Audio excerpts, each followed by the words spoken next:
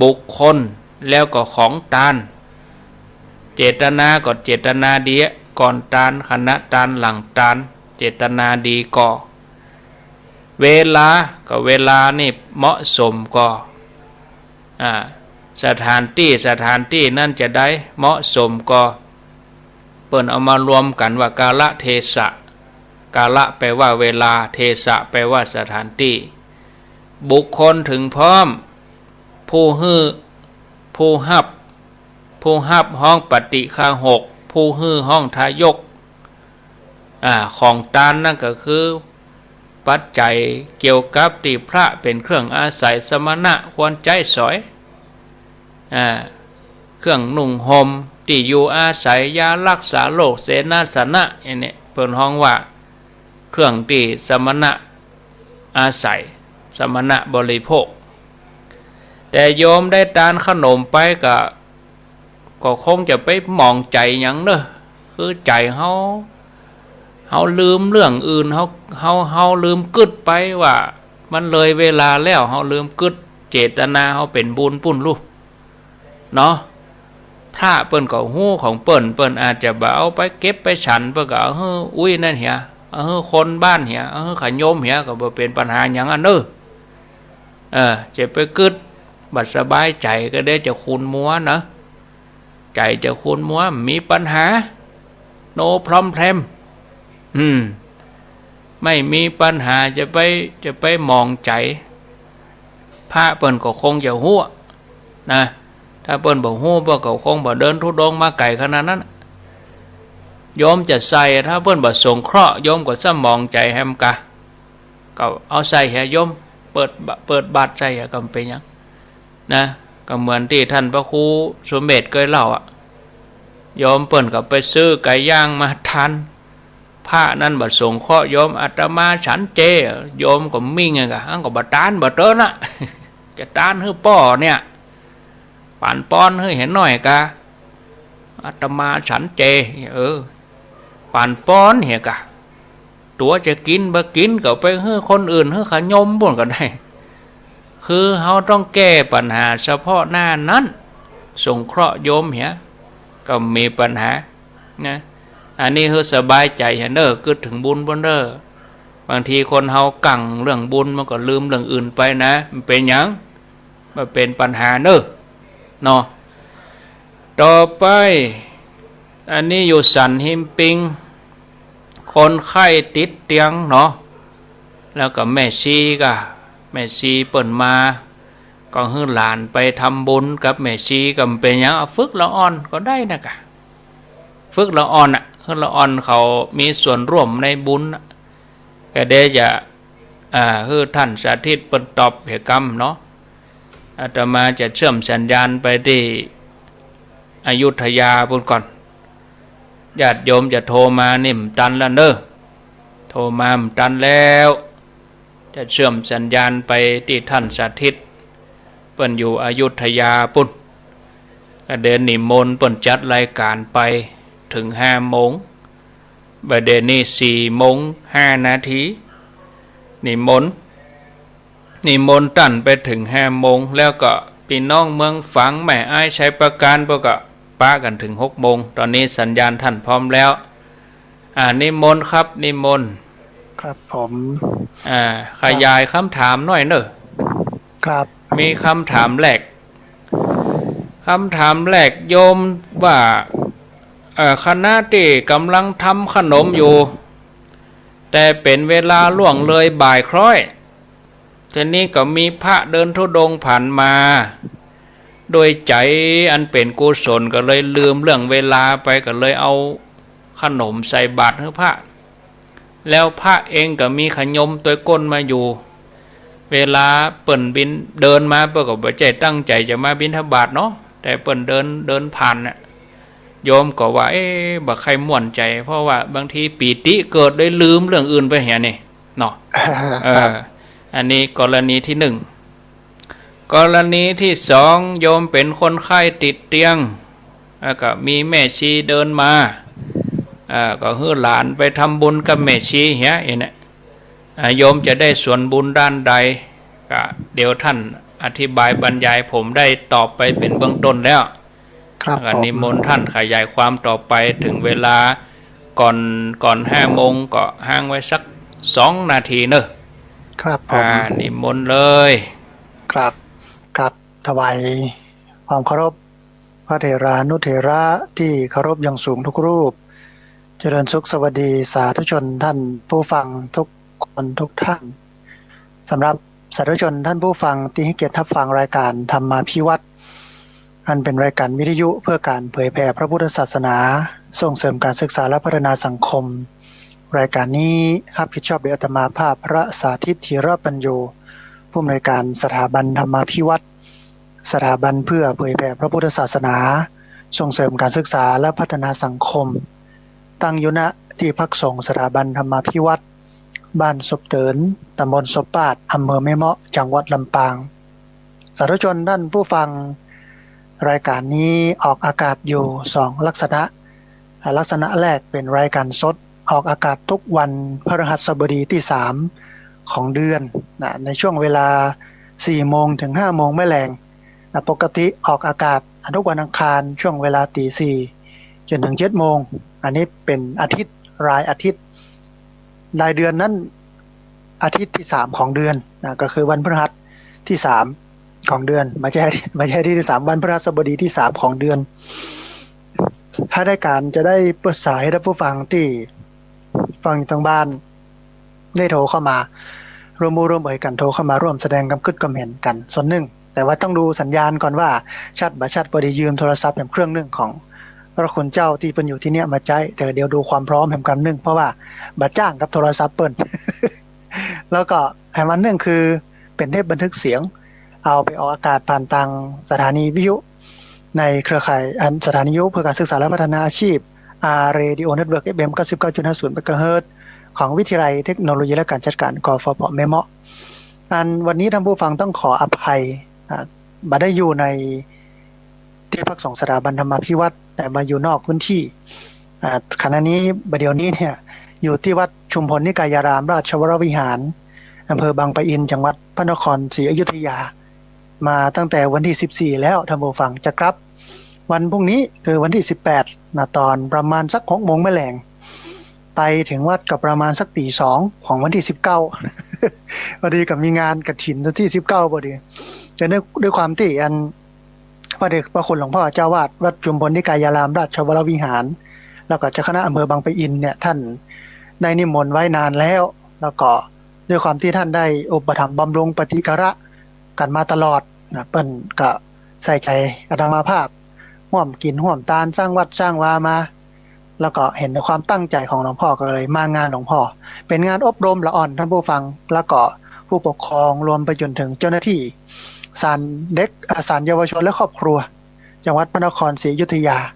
ซึ่งมีถึงท่านผู้พิพากษาหัวหน้าศาลผู้พิพากษาสมทบอย่างต่างๆผู้ปกครองละอ่อนตอนแตนต่างๆเจ้าหน้าที่อย่างต่างๆหลายวันหลายกลุ่มอยู่กันยาวตอนตะกี้เพิ่งปิกขึ้นมาจากการอบรมเพราะปกติจะใช้เวลาประมาณ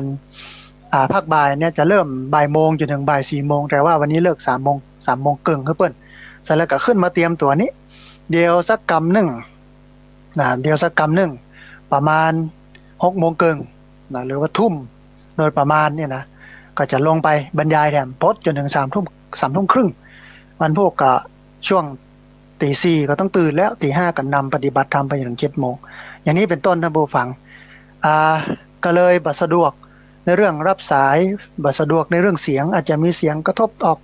จากทั้งนอกทั้งป้างเข้ามาอันนี้ต้องขออภัยท่านผู้ฟังและส่วนหนึ่งงานกฐินบ่ต้องกังวลคณะนี้ที่วัดก็ดีญาติโยมก็ดีก็ได้จัดแต่งดากันไปวันนี้ก็มีโยมเปิ้นมาตานวันนี้เปิ้นบ่ได้อยู่ตานกฐินโยมบุญนาคครอบครัวเปิ้นก็นำเอาเต็นท์หลังใหญ่มาตาน1 หลังแล้วก็ปัจจัยส่วนหนึ่งก็สมทบทุนงานกฐินไปก็ให้พระตุเจ้าพระสงฆ์ที่อยู่ที่วัดเนี่ยรับแทนไป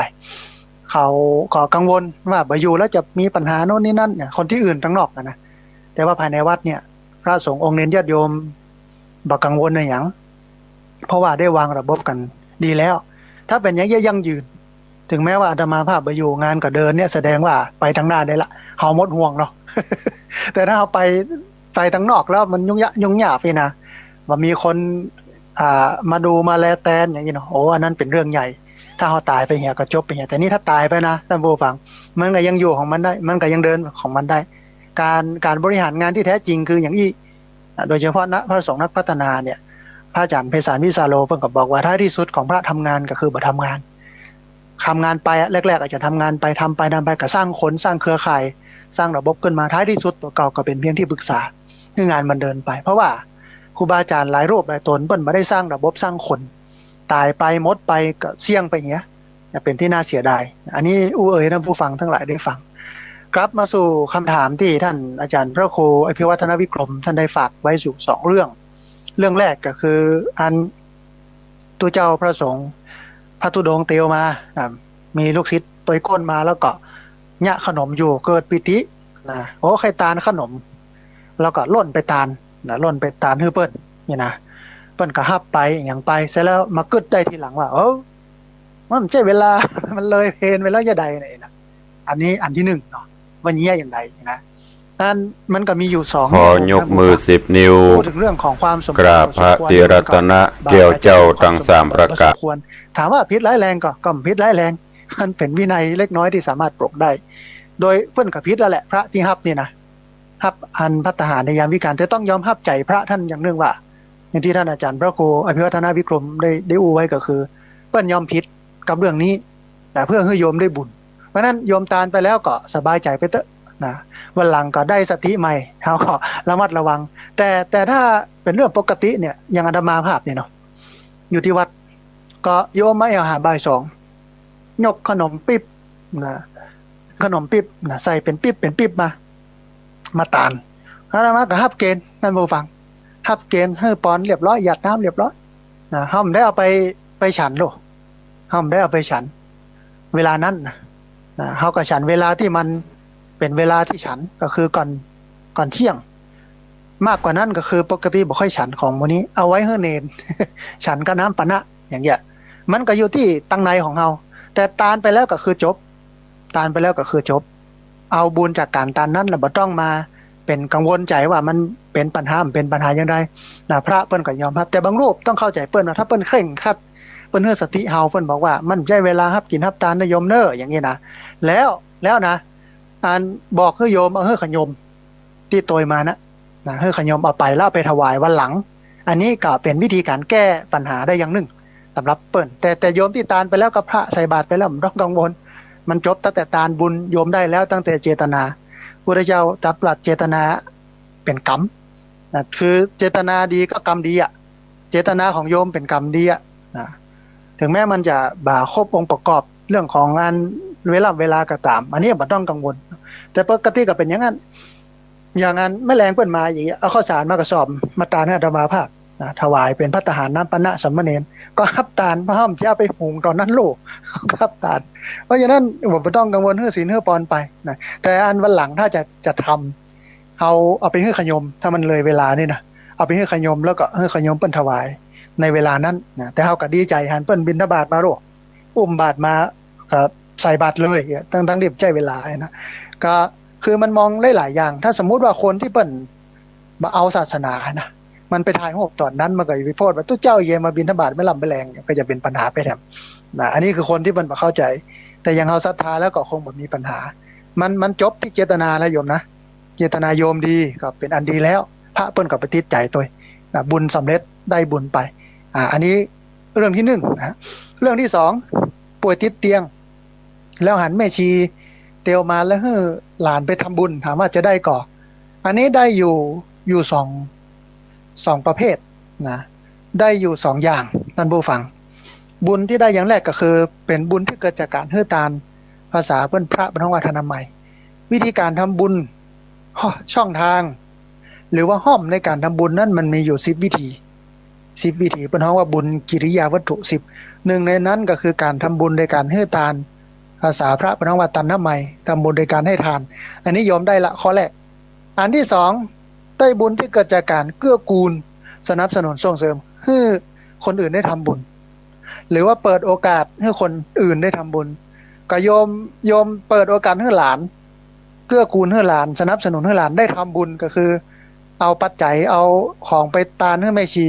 อันนี้โยมก็ได้บุญแถมต่อหนึ่งหลานก็ได้บุญแถมต่อหนึ่งนะเป็นบุญ2 ต่อ 3 ต่อพุละนะสบายใจได้แน่นอนนะฮะตอบคำถามท่านอาจารย์พระครูอภิวัฒนวิกรมแล้วหลายคนก็ถามว่าแล้วพระอาจารย์สาธิตมันไปเอาอย่างมาตอบเนี่ยนะก็ที่เฮียนมาท่านผู้ฟังสมัยเฮียนหนังสืออยู่เนี่ยนะก็เฮียนเรื่องหมู่เนี้ยเฮียนเรื่องพระพุทธศาสนาเนี่ยเจาะลึกเรื่องพระพุทธศาสนาเนี่ยก็เลยพอที่จะหูเรื่องหมู่นี้พ่อง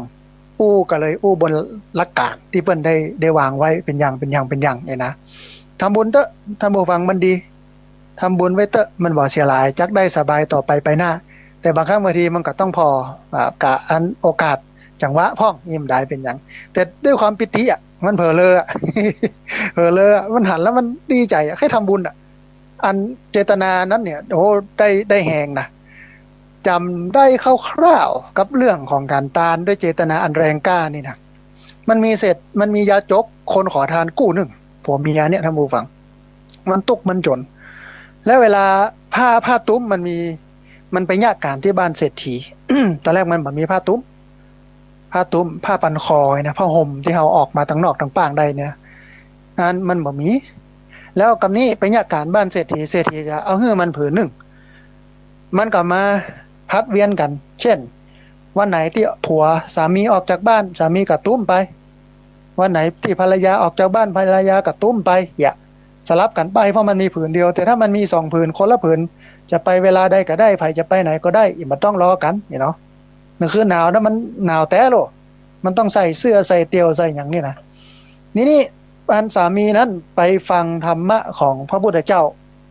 ฟังไปโอ้เกิดความศรัทธาเพราะว่าปฐมยามต้นนะยามต้นก็ในช่วงงานทุ่ม2 ทุ่ม3 ทุ่มอีกอะปฐมยามนี่นะ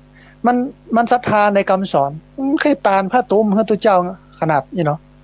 แค่ตานผ้าตุ้มที่เฮาตุ้มเนี่ยตานพระตุเจ้าที่เตศเนี่ยตนที่เตศเนี่ยแค่ตานขนาดเนี่ยอย่างมันก็บ่ตานเด้อมันขึ้นในใจว่าโอ้เราตานไปแล้วนะเมียเฮาจะเอาอย่างมาห่มเลยด่าหัวเฮาจะได้นะเลยแปมน้อยในมัชชิมยามกลางก็4 ทุ่ม5 ทุ่มเนี่ยเนาะเที่ยงคืนอย่างนี้นะตี 1อย่างเงี้ยยามกลางก็แค่ตานแหมแต่มันก็ยังตานเด้อกึดแล้วกึดแถมเมียได้ยะใดเนี่ยมันมีผืนเดียวยะใดเนี่ยก็เฮาหนาวยะใดเนี่ยนะศรัทธากับศรัทธาแค่ตานกับแค่ตานแล้วมันมีผืนเดียวนะสุดท้ายนะยามที่3คือปัจฉิมยามใกล้แจ้งแล้วลูกอดบ่ได้ละนะตานเฮียนี่นะก็เลยเอาผ้าไปตาน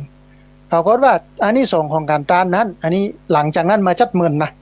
ก็ได้ไปเกิดเป็นเทวดาแต่ว่าก็มีคนอู้คือพระพุทธเจ้านะได้ตรัสไว้ว่าเนี่ยถ้าปุพามคนนี้นะมันตานตั้งแต่ปฐมยามต้นศรัทธามันแรงกล้ามันแหงเนี่ยอานิสงส์ของมันจะนักจะได้ไปเกิดเป็นเทวดาชั้นสูงกว่านี้เนี่ยเพราะนั้นการกินการต้านการทำบุญเนี่ยมันก็ขึ้นอยู่ที่เจตนาโยมคนแรกเจตนาแหงกับจบไปตั้งนั้นส่วนวิธีการกระบวนการเวลากาลเทศะเดี๋ยวว่ากันกรรมนึงนะแต่วันหลังถ้าให้ได้ให้มันเหมาะนี่นะเอาเวลาว่าเนี่ยมันจะได้ของมันพอดีนะอันที่2นะบ่ได้ไปตานคนเดียวเพราะว่าเป็นผู้ป่วยติดเตียงเอาให้ลูกให้หลานไปตานเอาก็ได้บุญ2 ต่อได้บุญที่เกิดจากการให้ตานตัวแล้วก็ได้บุญที่เกิดจากการเกื้อกูลเพราะว่าปัตตานุโมทนาไมยหรือว่าปฏิทานไมยเนี่ยจำได้บ่แม่นเป็นการเกื้อกูลสนับสนุนให้คนอื่นได้มีโอกาสได้ทำบุญได้2 อย่างเนาะทีนี้เอามาถึงบุญเนาะพ่องท่านผู้ฟัง บุญวันที่19วันที่20บุญกฐินเนี่ยบุญกฐินนี่นะวันนี้ก็จะถือโอกาสอู้เรื่องนี้เห็นสักหน่อยนึงการนั้นนี่ก็เตรียมความพร้อมไป 70-80% ละแต่อันอาตมาภาพได้อยู่ ญาติโยมอย่างที่เราให้ฟังอะแต่ถ้า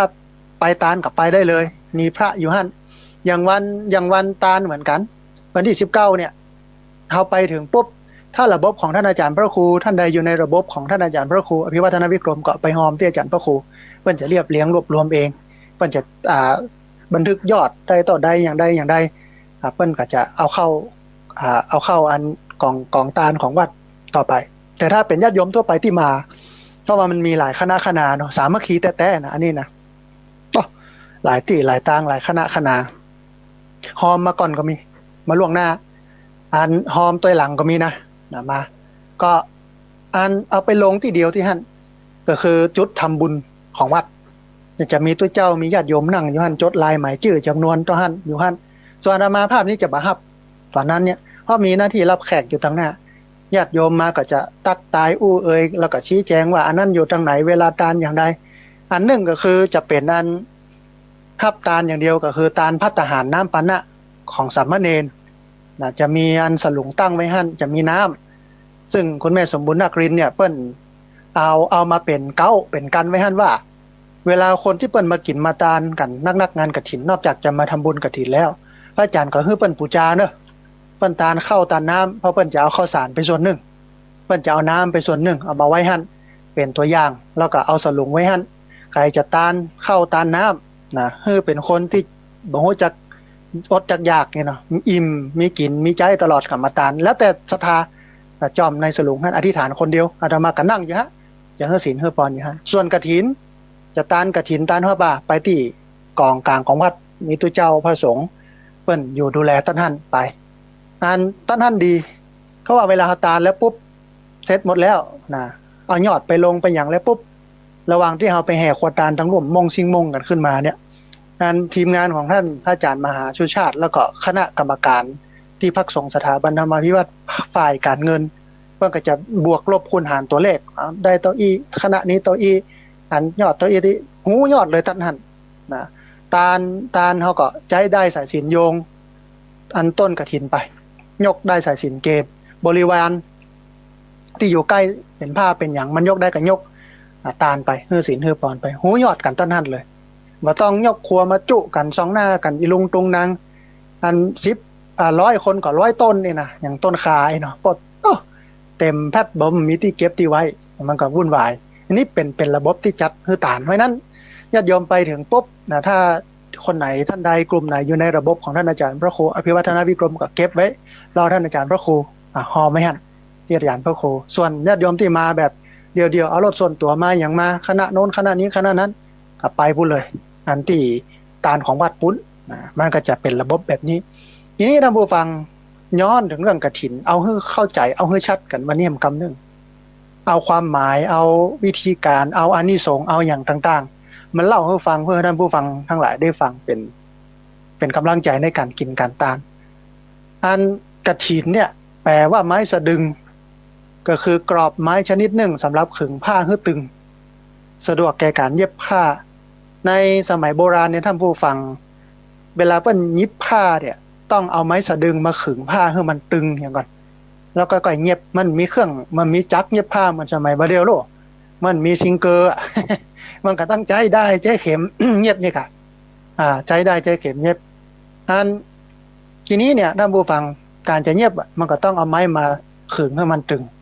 เอาไม้มาขึงให้มันตึงแต่ในสมัยพุทธกาลเนี่ยผ้ามันหายาก 2,000 กว่าปีเรื่องผ้าเรื่องปัจจัย4อาหารเครื่องนุ่งห่มที่อยู่อาศัยยารักษาโรคเป็นเรื่องใหญ่ที่สุดในยุคนั้น 2,000 กว่าปีการจะได้ผ้ามาแต่ละผืนตัวเจ้านี่ตุกขนาดผ้าของตัวเจ้าไปสังเกตพอเตอะมันไม่ใช่เป็นผ้าผืนเดียวมันเป็นผ้าที่ต้องเอามาต่อกันต่อเนาะตอนแหะมันเย็บใส่กันเป็นนั่นเพราะเนาะว่าเป็นตาที่เป็นอย่างนั้นก็เพราะว่าตัวเจ้าต้องไปเก็บเอาผ้าปันศพผีตายที่ไปเหี่ยวเนี่ยมาตัดมาเย็บมาย้อมเป็นจีวรผ้าที่เปิ้นไปขว้างกองขยะยักเยอะมาตัดมาเย็บมาย้อมเป็นจีวรยุคนั้นเป็นอย่างนั้นแต่บักกองบาเดียวไปเนี่ยอย่างนั้นนี่จะโดนตำรวจยับเขาจะหาว่าเป็นตัวเจ้าผีบ้าที่แท้เนี่ยถูกตามหลักการนั้น อันมันเป็นเรื่องยากเรื่องผ้าเรื่องใหญ่แต่ตัวเจ้าก็ยากกันเองนะบักกองยากแล้วก็เอามอบเพื่อไผคนใดคนหนึ่งญาติโยมที่อยู่ทั้งนอกทั้งป่างก็เอาน้ำมาถวายพ่องถวายภัตตาหารพ่องมาช่วยยุบปูนแปลงเพพ่องสมัยตะก่อนมันเป็นเรื่องที่เจ้าทำแต่พอบัดเดียวนี้มันง่ายแล้วมันก็มาจากโรงงานเนาะมันยุคอุตสาหกรรมอะไรอย่างนั้นมันก็สะดวกขึ้นเยอะขึ้นมันจำเป็นต้องมาวุ่นวายแต่ก่อนเอาผืนเดียวนะเป็นลักแล้วก็เอามาเฮือบกันว่าเอาจะใครจะเอา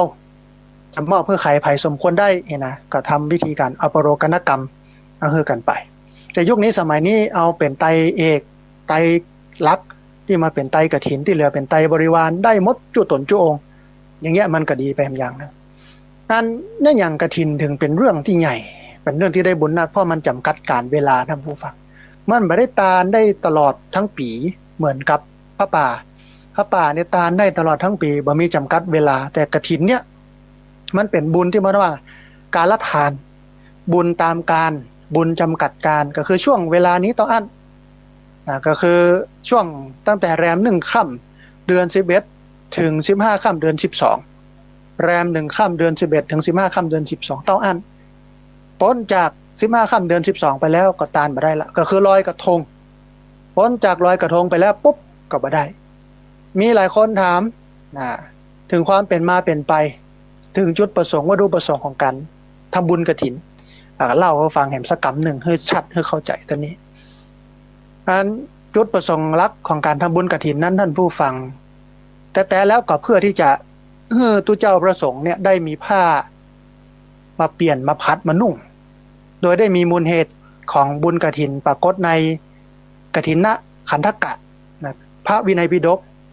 แล้วก็ดีกาสมันตปาสาธิกาซึ่งคัมภีร์นี้เป็นคัมภีร์ที่เป็นหลักในการอ้างอิงของพระพุทธศาสนาเวลาเพิ่นจะอ้างจะอิงกันว่ามันถูกหลักก่อมันแต้ก่อมันเป็นคำที่พระพุทธเจ้าแต้ก่อเพื่อก็จะเอาพระไตรปิฎกนี่มาเป็นหลักก็มีเรื่องเล่าในกฐินขันธกะซึ่งมีอยู่ในพระวินัยปิฎกแล้วก็ขยายความโดยครูบาอาจารย์ที่เพิ่นขยายความยุคหลังหรือเพิ่นฮ้องว่าดีกาเนี่ยนะว่าสมัยหนึ่งเนี่ยมีทุเจ้าชาวเมืองปาทาจำนวน30รูปปากันไปเข้าเฝ้าพระพุทธเจ้าที่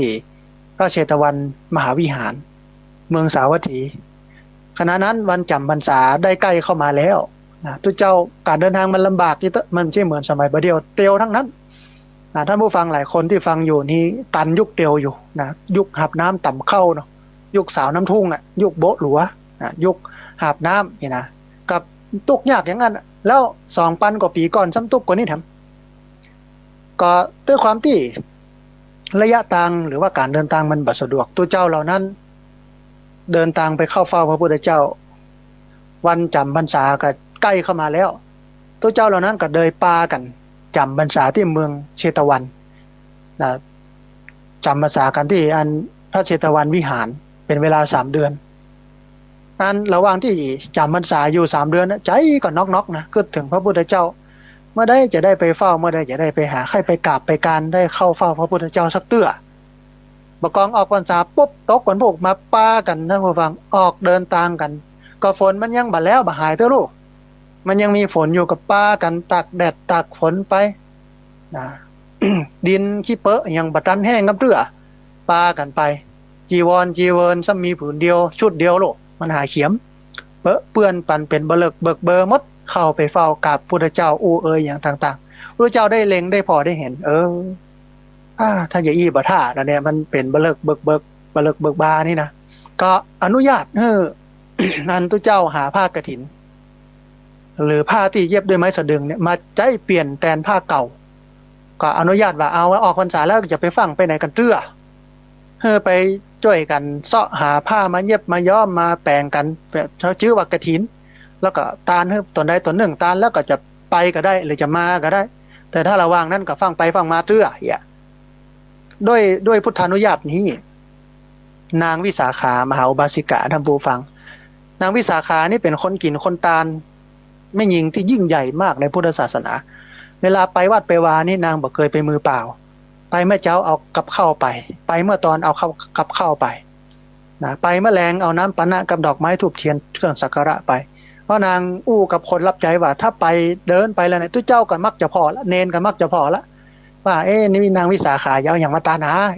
ถ้าไปมือเปล่าแล้วเนี่ยก็กลัวตัวเจ้าจะคิดอันน้อยอกมองใจ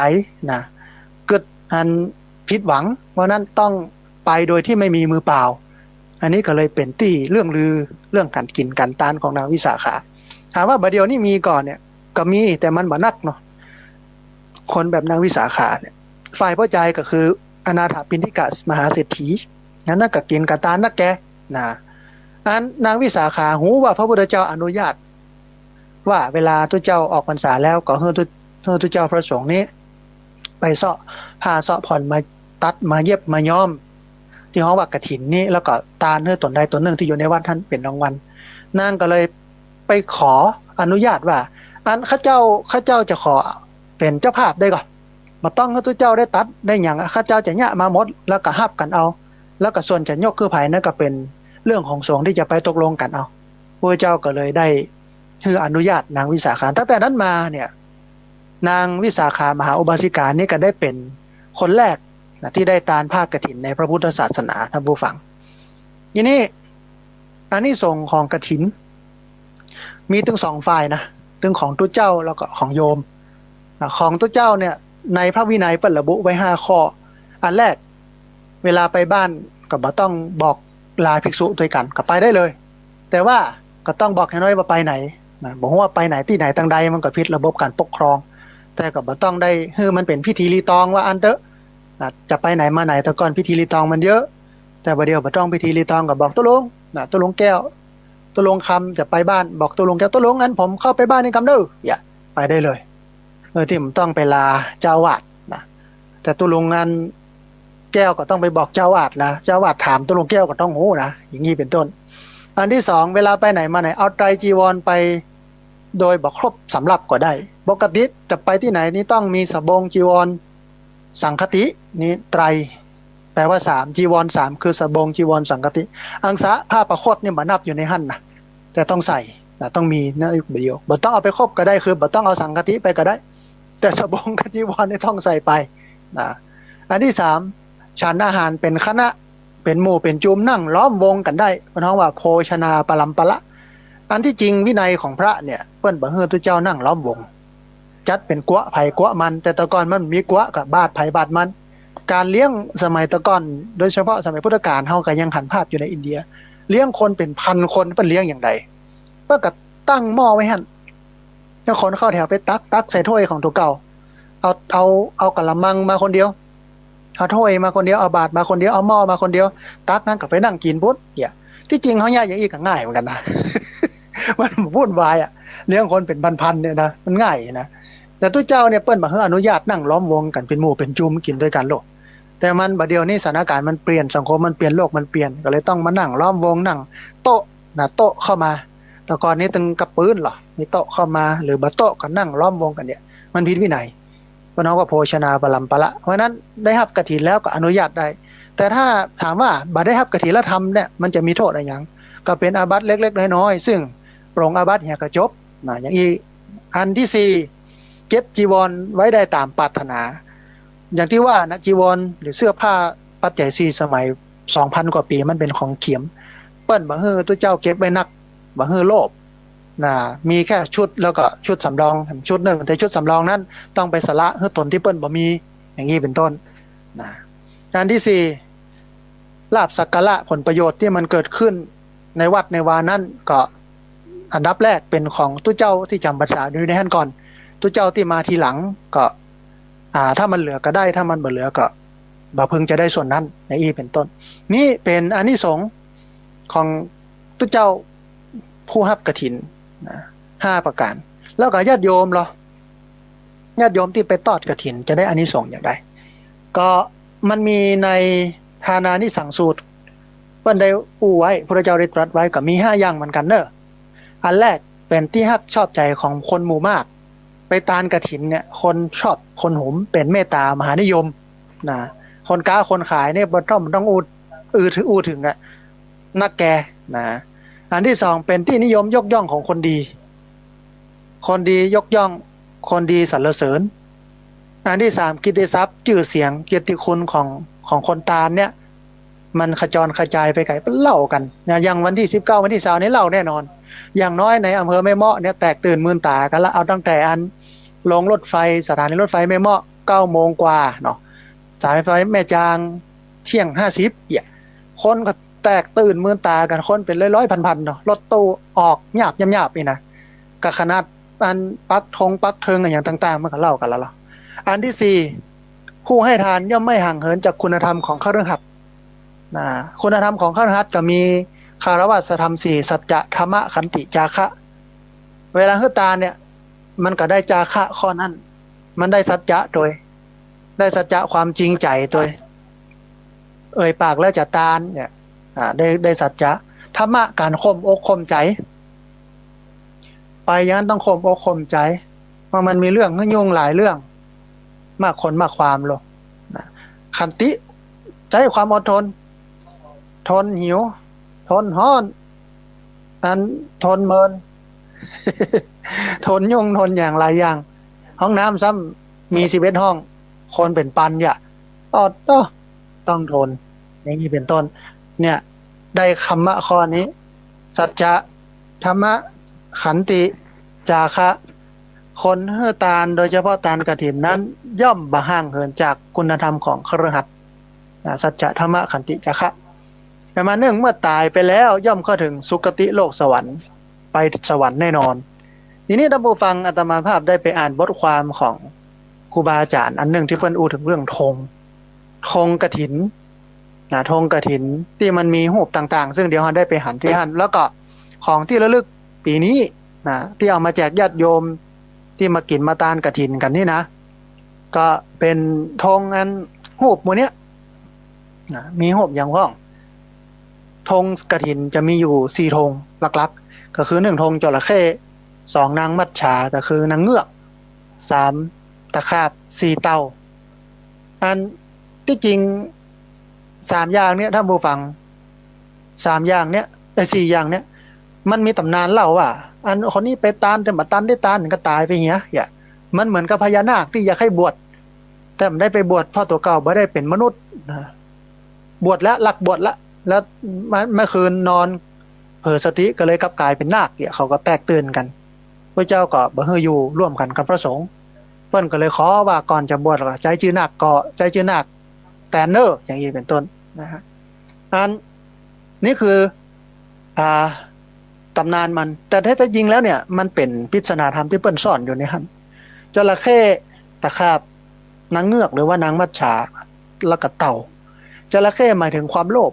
เนี่ยอย่างเปิ้นถึงเอาความโลภมาเป็นเอาจระเข้มาแทนความโลภเปิ้นให้เหตุผลว่าจระเข้ปากมันใหญ่นะกินเท่าใดก็บ่อิ่มนะแต่มันนั่นคือตะขาบหมายถึงความโคตรนะเพราะตะขาบเนี่ยพิษของตะขาบนั้นมันเผ็ดมันร้อนใครโดนตะขาบตะเข็บเนี่ยครบเนี่ยปวดมันถึงปวดถึงตุกนะมันเหมือนความโคตรที่มันเผาจิตเผาใจให้แสบให้ร้อนนางเงือกก็หมายถึงความหลงเสน่ห์ความหลง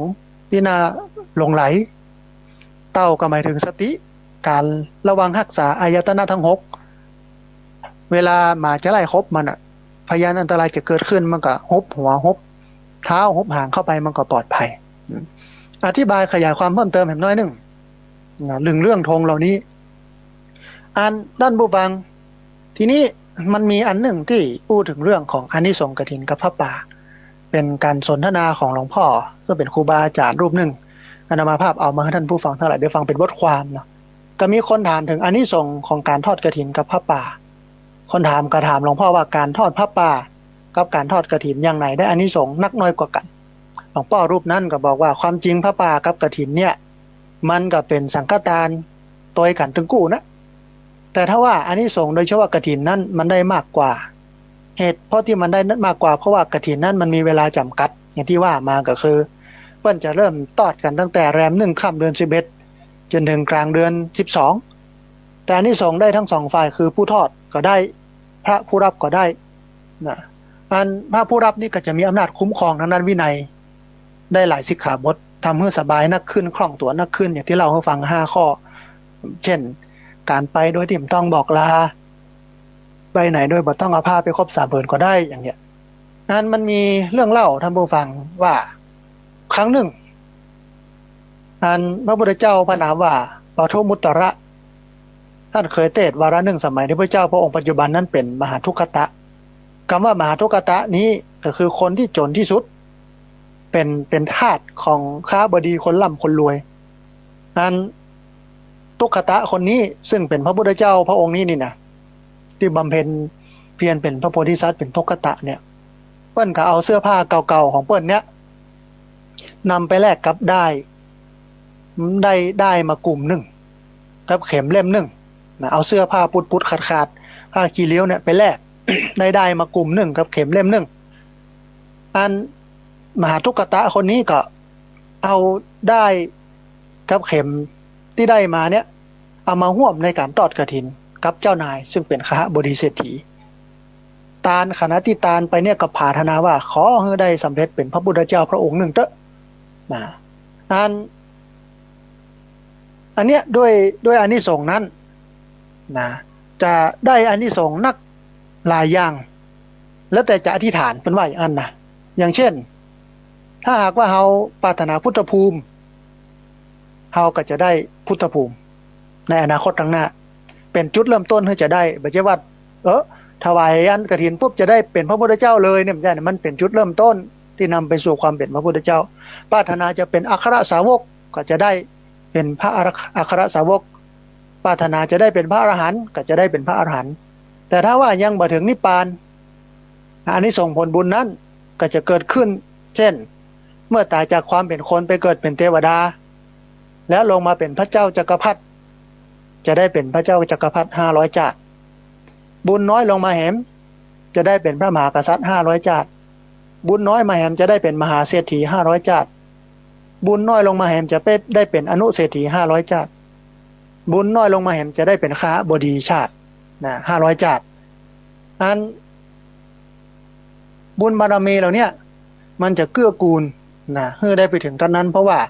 มันได้เกิดการกินการทานทีนี้เปิ้นกระถามหลวงพ่อรูปนั้นต่อไปว่าองค์กฐินที่แท้จริงนั้นมันเป็นอย่างไรหลวงพ่อก็บอกว่าองค์กฐินจริงๆก็คือผ้าไตรเนี่ยนอกนั้นก็เป็นบริวารหมดเพราะอย่างเพราะว่าการกรานกฐินเฮาการได้แต่ผ้านะการถวายก็บ่ยากเฮามีจีวรผืนหนึ่งหรือว่าสบงผืนหนึ่งหรือว่าสังฆติผืนหนึ่งสามผืนนี้อย่างใดอย่างหนึ่งนี่เป็นคำว่าไตรผ้าไตรก็คือสบงจีวรสังฆติเอาผืนใดผืนหนึ่งก็ได้อย่างใดอย่างหนึ่งก็ได้หรือจะถวายถึงไตรถึงครบถึง3ก็ได้มาถวายก็ได้อานิสงส์เหมือนกันแล้วหลวงพ่อเพิ่นก็บอกอานิสงส์ของการทอดผ้าป่ามันก็จะมีอยู่ประมาณสัก3 4 5 ข้อเช่น1เป็นการสงเคราะห์พระสงฆ์เพื่อสะดวกด้วยปัจจัย4หรือสิ่งที่จำเป็นในการครองสมณเพศมีจีวรเป็นเครื่องนุ่งหรือว่าเครื่องนุ่งห่มเป็นต้น2เป็นการช่วยเหลือทนุบำรุงพระพุทธศาสนาเพราะเมื่อพระสงฆ์ได้รับความสะดวกตามสมควรก็จะได้เป็นกำลังสืบทอดอายุพระพุทธศาสนา3ได้ชื่อว่าเป็นการถวายทานแก่ผู้ทรงศีลซึ่งนับเป็นการบูชาท่านผู้ทรงศีลบูชาท่านผู้ที่ควรบูชาบูชากับคนที่ควรได้รับมันก็เป็นมงคลอย่างหนึ่งเนาะในมงคล38ประการที่เบิ้ลบอกว่าบูชาจะบูชนียนังเอตัมมังคารมุตตัมมังการบูชาบุคคลที่ควรบูชาเนี่ยเป็นมงคลเป็นมังคระมันหนึ่งก็คือเป็นการอบรมจิตใจของผู้บริจาคเพื่อมีการเสียสละเพื่อประโยชน์ส่วนรวมคือพระพุทธศาสนาซึ่งเป็นหลักทางจิตใจของประชาชนในชาติสืบไปเป็นคนที่รู้จักเอื้อเฟื้อเผื่อแผ่เกื้อกูลแบ่งปันบ่คิดจิตนีทีเหนียวอันที่5เป็นการส่งเสริมความสามัคคีธรรมของหมู่คณะก็วันที่19เนี่ยครับก็ไปพอกันเนาะท่านผู้ฟังเนาะว่ามันสามัคคีบ่สามัคคีจะได้คนเป็นปันบ่นะมีใจหนึ่งเดียวไปกินไปตานนะมันบ่เกิดเรื่องหยังเรื่องกินเรื่องตานเนี่ยเพราะฉะนั้นมันเมื่อตานกฐินก็คือได้สามัคคีอย่างที่ท่านอาจารย์พระครูอภิวัฒนวิกรมว่าเวลาไปตานกฐินอยู่ในรถก็อู้ถึงเรื่องบุญเรื่องกุศลเนี่ยกันเนาะไม่ใช่เถียงกันมาในรถ ความดันขึ้นตั้งแต่ในรถจิตใจคุณมัวมาตั้งแต่ในรถเนี่ยมันได้นะเนาะมันต้องรื่นเริงบันเทิงใจเป็นกำไรของชีวิตวันไหนที่หงุดหงิดเป็นชีวิตที่ขาดทุนนะอย่างนี้เป็นต้น6เป็นการส่งเสริมสนับสนุนให้ชุมชนนั้นมีความมั่นคงเป็นปึกแผ่นต่อไปกระตึงแต่ท่านผู้ฟังคณะที่อาตมาภาพบอยู่เนี่ยญาติโยมบ่ใช่แค่หมู่บ้านซบเตือนท่านนะบ้านแม่จางบ้านขวงม่วงตำบลซบปาดก็มาบ้านสวนป่าแม่จางบ้านอันซบปาดบ้านปงต้นปีนที่อยู่ใกล้ๆทั้งหมดมาช่วยนะมาช่วยอันมานับตาลนะมันกับรู้จักมักคุ้นเอามือเอาแหงกันเป็นเพิ่นฮ้องว่าอันเป็นนั้นวงวานเครือข่ายกันเกื้อกูลกันเป็นกัลยาณมิตรต่อกันทีนี้อานิสงส์ของการสร้างบุญกฐินนี่เป็นอย่างไรหลวงพ่อเพิ่นก็บอกว่าการทอดกฐินนั้นเป็นประเพณีที่มีความเกี่ยวข้องกับการเข้าพรรษาของพระภิกษุ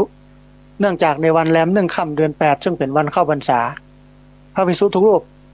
ต้องจำพรรษาที่วัดใดวัดหนึ่งงดไปค้างแรมที่อื่นเป็นเวลาถึง3 เดือนเว้นไว้ว่ามีเหตุจำเป็นไปได้5 อย่าง 5ประการก็บ่เกิน7วันต้องกลับมาทีนี้เข้าพรรษา3เดือนออกพรรษาสิ้นราตรีก็คือ15ค่ำเดือน11หลังออกพรรษาไปแล้วก็จะมีการก็ทอดกฐินร่วมกันอันท่านผู้ฟังอานิสงส์ของการทอดกฐินก็มีสาระสำคัญประมาณสัก7ข้ออันแรกทำคนที่ตาเนี่ยนะคนที่ตานกฐินเนี่ยไปร่วมบุญร่วมกุศลว่าจะเป็นเจ้าภาพรักเจ้าภาพรองหอมน้อยหอมนิดหอมเท่าใดบ่เท่าใดได้ไปบ่ได้ไปแต่ได้หอมไปนะทำให้เป็นผู้ที่มั่งคั่งมีทรัพย์สมบัติมากและประสบความสำเร็จในหน้าที่การงานโดยง่ายอันนี้ส่งมันจะเกื้อกูล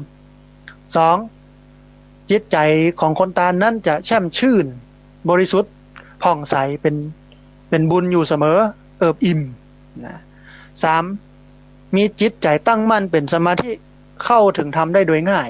เอาฟังอย่างก็ง่ายปฏิบัติธรรมอย่างก็ได้เร็วเข้าใจเร็วนะอันที่4ได้ชื่อว่าเป็นผู้ใช้ทรัพย์สมบัติให้เกิดเป็นกุศลติดตัวไปพบเบื้องหน้าได้อย่างเต็มที่เพราะน้องว่าเป็นเสบียงบุญอะเอาไว้กินไว้ใช้ไปภาคหน้านะเพราะน้องว่าแปลงสินทรัพย์เป็นอริยทรัพย์นี่นะอันที่5ทำให้เป็นคนรูปงามผิวพรรณงามเป็นที่ฮักของบุคคลทั้งหลายอันที่6ทำให้มีชื่อเสียงเกียรติคุณน่ายกย่องสรรเสริญเป็นที่ตั้งแห่งศรัทธาน่าเคารพนับถือคนปั้นหันก็เป็นบุญตาสนทนาก็เป็นบุญปากอุปธรรมอุปถากก็เป็นบุญใจมันก็ถึงแต่ก็จะเป็นอย่างอันใดเขาก็จะต้องยะตัวเองโดยหันก็เป็นบุญตาสนทนาก็เป็นบุญปากอุปธรรมอุปถากก็เป็นบุญใจเวลาไปกินไปตานเจอปัญหาเจออุปสรรคเจอความยุ่งความยากก็จ้างมันเถอะตั้งไว้ที่บุญที่กุศลบ่ต้องไปเศร้าอกมองใจบ่ม่วนอกบ่ม่วนใจปล่อยมันไปแล้วก็แล้วกันไปถ้าอย่างเงี้ยจะได้บุญเต็มมาคือทำให้คนตาลนั้นเนี่ยแม้ตายไปแล้วก็ได้ไปเกิดในโลกสวรรค์นี่เป็นอานิสงส์ของการตาลที่เขาได้มาตาลสาระสำคัญของกฐินก็คือการเอาผ้าไปตาลให้ตัวเจ้าได้นุ่งได้ห่มนะฮะมันแต่บางตีบางตางก็หาผ้ายากเกิดกอยสมัยเป็นพระน้อยนะผู้ฟังสมัยอาตมาภาพเป็นพระน้อยนี่นะปดโตมันหาผ้ายากจนพดบ่เดียวนี่ก็ยังมีผ้าจะค่อยนุ่งค่อยห่มมาเหมือนผ้ากลางเพิ่นชอบตาลผ้ากลางเพิ่นชอบตาลผ้าไตนะงานศพงานสักงานนั้นงานนี้อันบางสกุลว่าอันยังว่าทำบุญ100 วันปันวันอย่างโง่กับตาลกันหมดนะแต่อันของเฮาเนี่ยบ่ค่อยตาลอาตมาภาพก็จะซื้อมาใจเนอะซื้อมาใส่เนอะกับเปลืองสตังค์เฮาก็ยังมีนุ่งอยู่อันนี้อู้แต่คือปุ๊ดก็มี จีวรนี่นะนุ่งปุ๊ดก็มียังไม่ได้เงียบเตื้อผืนที่นุ่งมีอยู่2ผืนก็ไปแต่ที่อื่นบ่กะตานแต่ถามว่ามีโยมมาตานก็มีแต่มันบ่ใช่สีที่เฮาจะนุ่งโลกเฮานุ่งสีราชนิยมเนี่ยเพิ่นเอาสีเหลืองมานุ่งเนี่ยบ่เอาสีเหลืองมาตานนะแต่อันวันก่อนแก้ปัญหาโดยเอาไปแลกกับตัวเจ้าแห่งวัดนึง เอาไปแลกตัวเจ้าวัดนึงเอามานุ่งนะเอานุ่งสีราชนิยมเพิ่นเอาสีเหลืองมาตานนะแต่ถามว่าจะนุ่งได้ก็ได้บ่เป็นหยังแต่ว่าเฮานุ่งอย่างนี้มันเป็นเหตุผลของเฮาก็คือว่าเป็นคนยะการนะผู้ฟังเป็นคนยะการมันเปื้อนง่ายมากถ้าไปใส่สีที่มันสดใสไว้ยะอย่างนั้นเนี่ยมันจะดูเศร้าหมองแต่ถ้าใส่สีอย่างเงี้ยมันหมองไปมันก็บ่ดูหมองมันก็ดูของมันเป็นอย่างนั้นนี่นะง่ายๆใส่อย่างนั้นก็ดูเป็นสมถะดี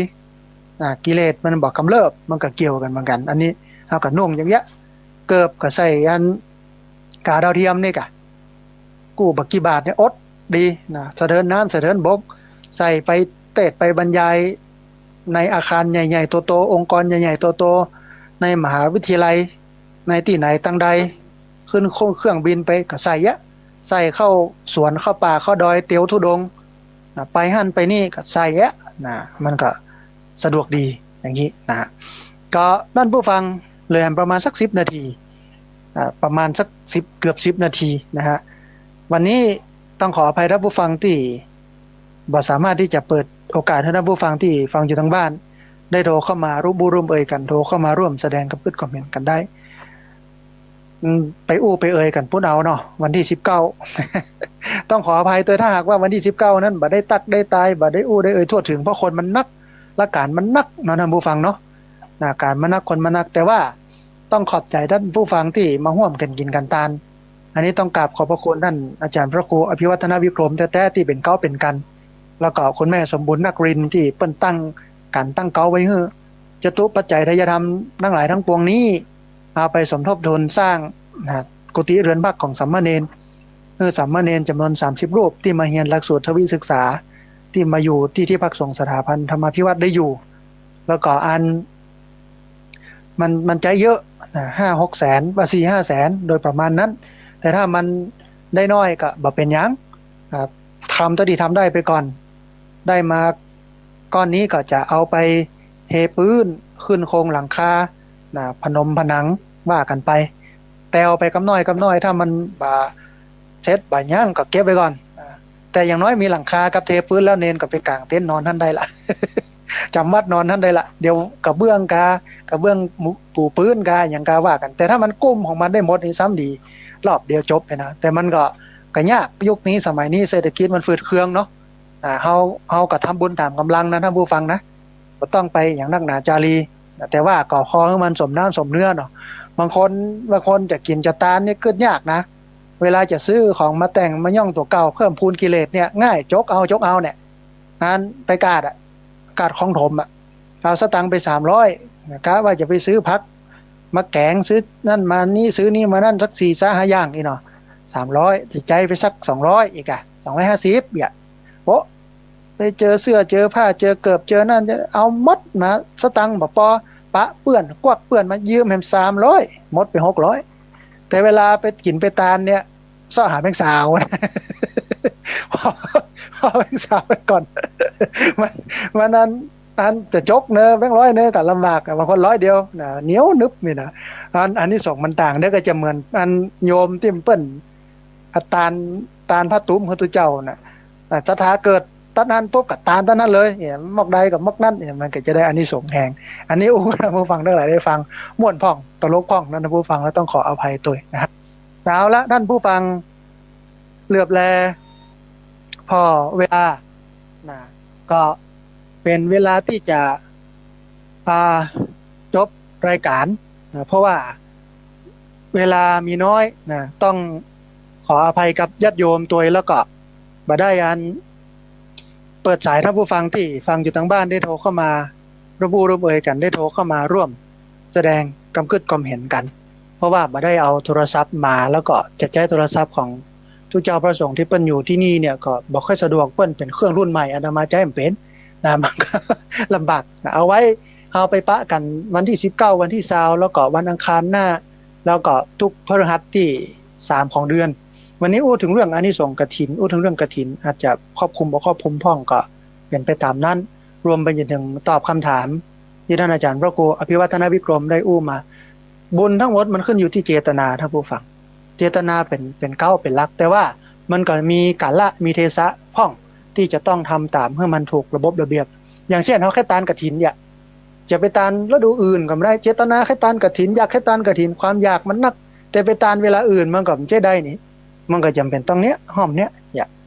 มันก็ต้องเข้าลอยของเปิ้นแต่ว่ามันจบที่เจตนาตานแล้วก็แล้วได้ตานก็เป็นอันตานละจบละบุญมันเกิดท่านละนะฮะนั้นท่านผู้ฟังก็เรียนเชิญเจริญพรเนอะไปร่วมกินร่วมตานร่วมบุญกันกำจูพระพุทธศาสนาครูบาอาจารย์เปิ้นบอกว่านอกจากเฮาได้ตานผ้าแล้วบริวารกฐินนั้น